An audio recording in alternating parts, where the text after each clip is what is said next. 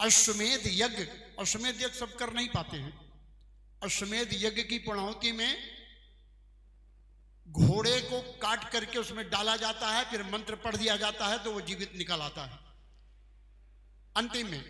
और दूसरी बात, अश्वमेध यज्ञ का घोड़ा छोड़ा जाता है और घोड़ा चारों तरफ चारों दिशाओं में घूमता है, कोई उसको पकड़ नहीं पाता, और जो पकड़ लेता है उससे लड़ाई होती है, उसको परास्त कर दिया जाता है। तो 100 अश्वमेध यज्ञ जिसका इस धरती पर पूरा हो जाता है, उसको इंद्र का पद, स्वर्ग का राजा अपने आप ही बन जाता है। राजा बलि का 99 यज्ञ पूरा हो गया था, 100वां यज्ञ चल रहा था। देवता लोग घबरा गए कि अब तो इसका यज्ञ पूरा होगा। प्रार्थना किया, नारायण को बुलाया कि हे भगवान, जे दीन पुकारे, दीनों के ऊपर दया करने वाले, आप दीन बंधु हैं, आप रक्षा कीजिए। अगर यज्ञ पूरा हुआ तो हम लोग बाहर हो जाएंगे।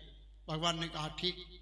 तो भगवान आते हैं, माता अदिति के गर्भ से उनका जन्म होता है और 52 भगवान के रूप में सभी देवता लोग, कोई छत्र प्रदान किया, कोई जनेऊ धारण करवाया, कोई कमंडल दिया, सभी लोग, और बोले कि अब देवताओं के गुरु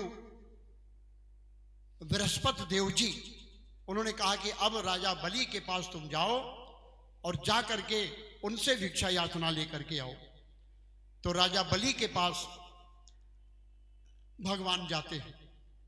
आज वही झांकी हमारे आपके बीच में आने वाली है। राजा बलि यज्ञ कर रहे हैं, भगवान को देख करके बहुत खुश होते हैं और पूछते हैं आपको क्या चाहिए।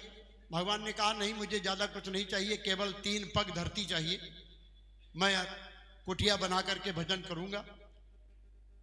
तो 3 पग में तीनों लोग ले लिया। पहले में आकाश, पहला पैर उठाया आकाश, दूसरा पाताल, और तीसरा जब उठाया तो भगवान ने कहा कि अब तीसरा पैर कहां रखूं। राजा बलि ने कहा भगवान, धन नहीं बड़ा होता है, धनवान बड़ा होता है। आपने मेरा धन तो ले लिया, लेकिन धन का मालिक तो मैं हूं ना, आप अपना तीसरा पैर मेरे सर पे रखिए। तो भगवान ने अपना तीसरा पैर राजा बलि के सर पे रख दिया और राजा बलि जैसा कोई भक्त फिर पैदा नहीं हुआ। आज भी हम लोग राजा बलि को याद करते हैं, आज उनकी कथा हम लोग सुन रहे हैं।